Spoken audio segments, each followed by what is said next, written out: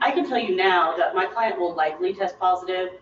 I don't think that she's currently under the influence at this time. I've met with Ms. Cummins on numerous occasions, and I don't see a change in her behavior. The defendant drove here and will be leaving here again in a vehicle. We've got a problem, obviously. This woman walked into court clearly high, like it was totally normal. She seriously thought no one would notice.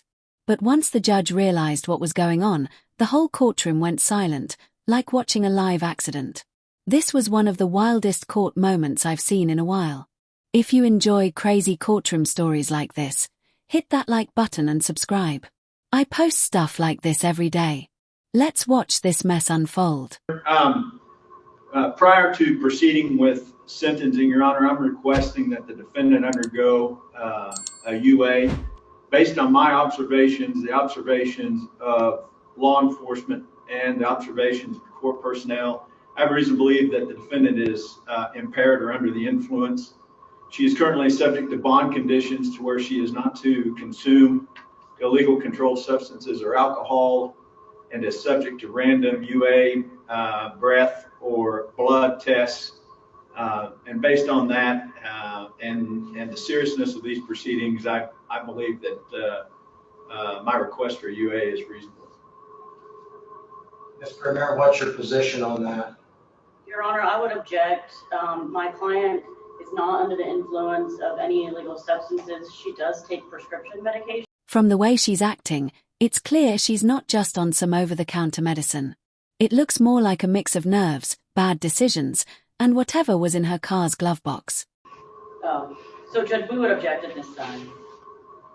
Well, I think the number one question I've got is, does your client actually take prescription medications? And if so, what are the side effects or contraindications? Judge, she takes, it's like a non-narcotic, but it's for muscle relaxer. Does she take all of those simultaneously, or are they staggered throughout the day? Judge, she takes in the morning, and then the other one she takes at nighttime. Mr. Mosher, what's the basis? What phenomena or symptoms have you observed that makes you think that a UA may be appropriate at this time? Your Honor, the behaviors I'm seeing, I would associate with what I've observed previously, what law enforcement described. I'm willing to accept the proffer of Ms. Premier Chavez that her client will test positive for today's purposes. Is that adequate for your purposes, or do you still want the officer to testify? Your Honor, I would tell you that in the recess, I told the officer what he would be expected to testify about. One of the things that he expressed his concern to me, that his greatest concern based on his observations was the fact that the defendant drove here and will be leaving here again in a vehicle, and he did not feel that that was a safe condition based on her. Not going to lie, I'm actually a little scared for her right now. But let's be real, she got herself into this situation. Wait until you hear how far she drove while totally out of it. It's wild. She lives in Deerfield. And how far from Tribune is that? Like an hour and a half, hour and 15, I would say. Where are the children at now? I'm sorry? Where are the children at now? Oh, they took the bus home from school, and so they should be at that residence. Who lives in the residence besides the defendant and the children? Nobody else. Are there family members in the town where she lives at? No, Your Honor.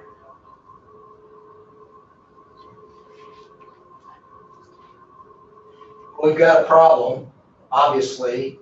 Are you sure?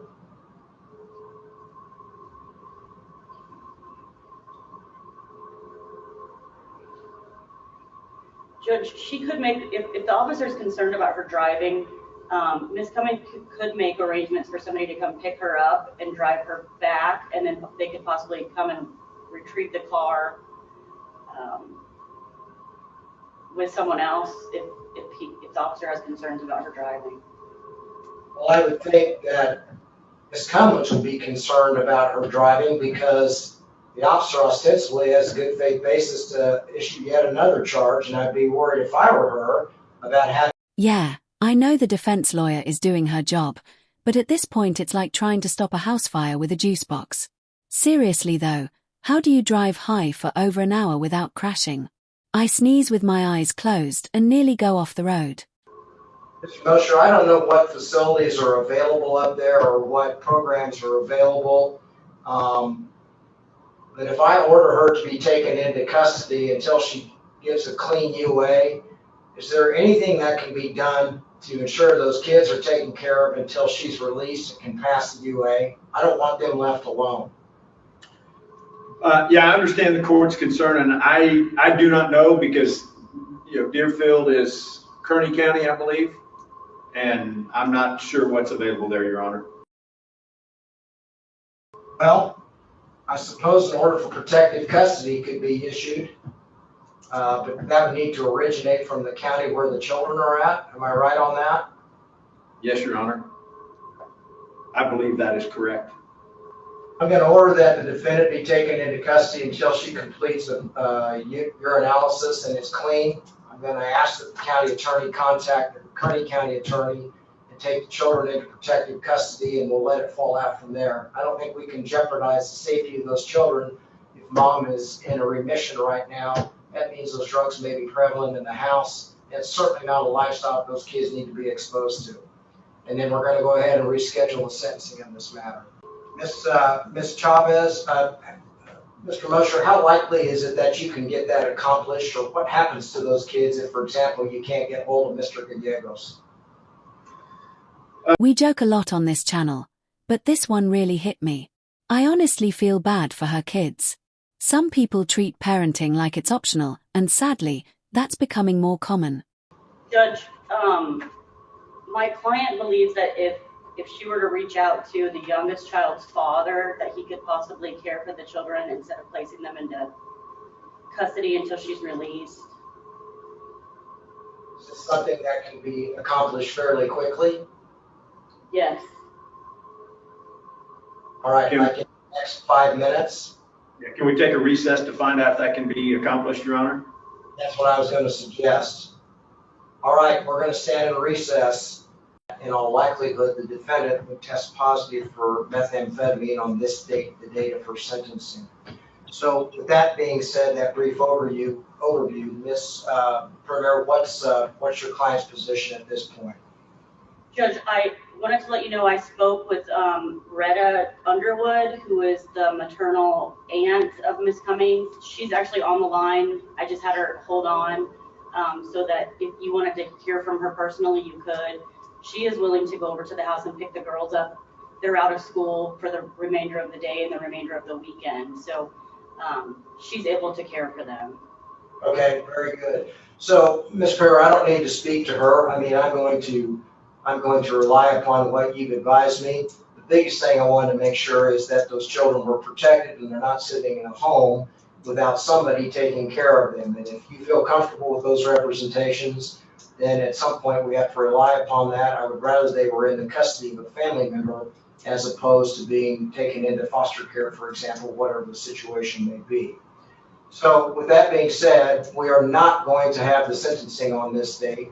We're going to take Ms. Cummins into custody, and she's going to remain there until she tests positive for a urinalysis. You mean negative? Negative for a UA. The other concern that I've got is, does that satisfy the inquiry of the state, or is the state looking to revoke her bond in its entirety, or will that suffice for now? She actually got off easy, even though this whole thing was a total disaster waiting to happen. Her bail could have been taken away.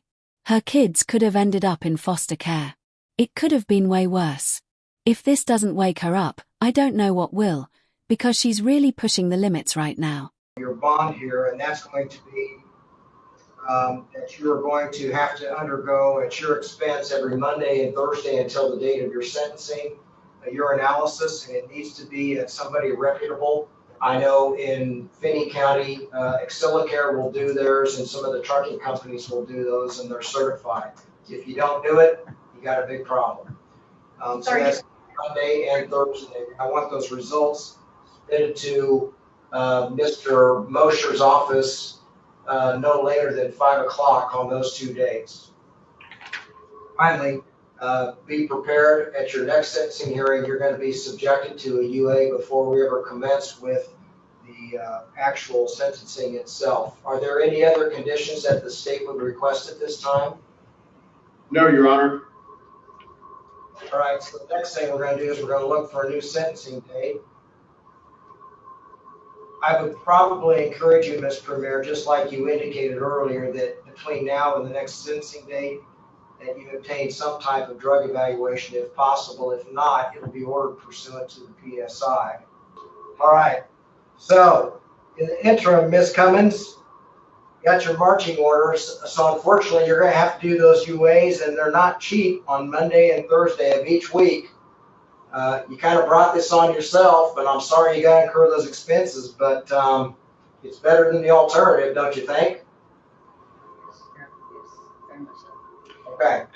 And those need to be faxed or emailed to my office by 5 p.m. on the day of the test, correct, Your Honor? That's correct. It has to be from a reputable or certified individual testing agency. So, for example, I had a case one time where domestic matter, but the husband was utilizing heroin and meth, and the judge ordered him to submit to a UA. Well, he took a video of himself taking a pee and submitted that to myself in the court. No, that doesn't work. Then he tried a home kit remedy. No, that doesn't work. I want it from an agency because he was manipulating it. So that. Let's hope other people don't get inspired to send weird bathroom confession videos to prosecutors. That's not the influencer move you think it is. Honestly, she got a much lighter punishment than I expected. With kids involved, I think keeping her in custody would have made sense. Let me know what you think in the comments. Thanks for watching, and please, don't record yourself while peeing.